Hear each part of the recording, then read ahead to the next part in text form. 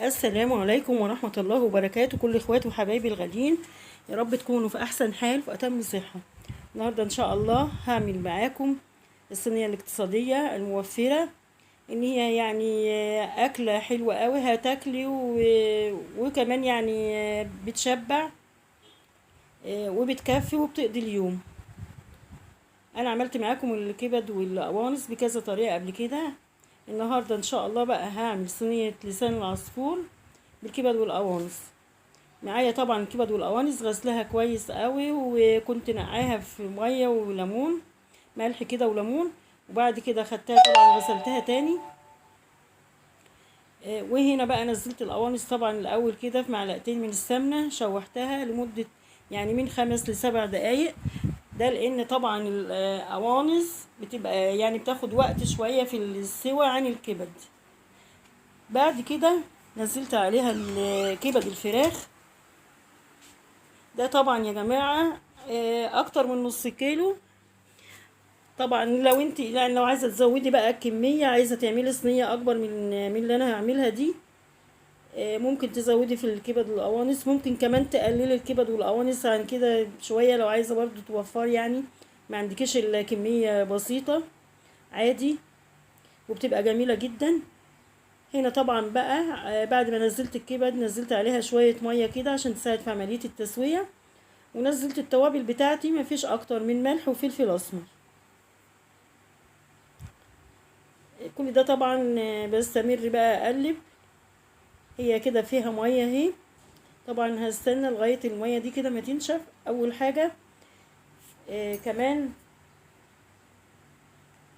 انا معايا البصل مقطعاه قطع عاديه بالشكل ده كده، ونزلت عليه معلقه من الثوم المفروم، وكمان هنزل عليه معلقتين، يعني معلقتين او ما يزيد من الجزر المبشور.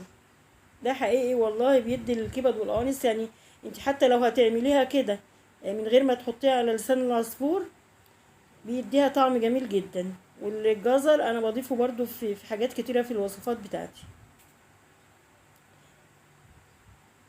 كمان بقى هنا كمان معايا فلفل رومي مقطعاه بالطريقة دي كده. لو عايزة تضيفي عليه برضو فلفل حار ده اختياري.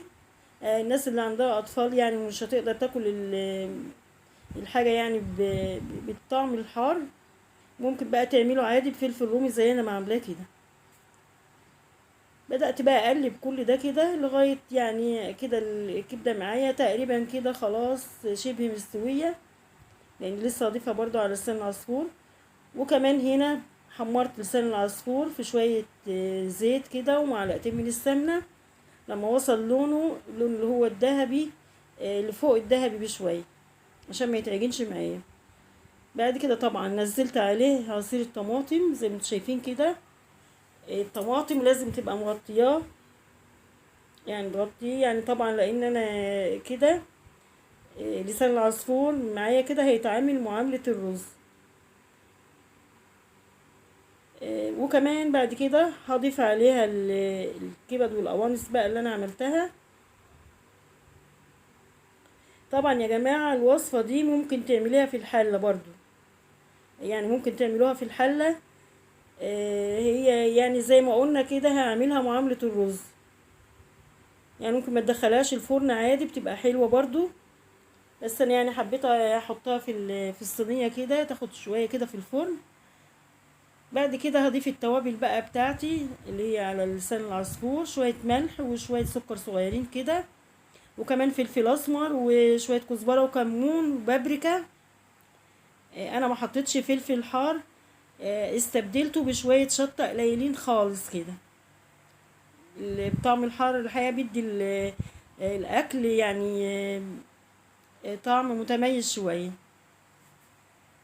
بعد كده بقى بعد ما استوت هي كده خلاص يعني يعتبر مستوية، ناقص حاجات بسيطة كده. نزلتها بقى في الصينية ودخلتها الفرن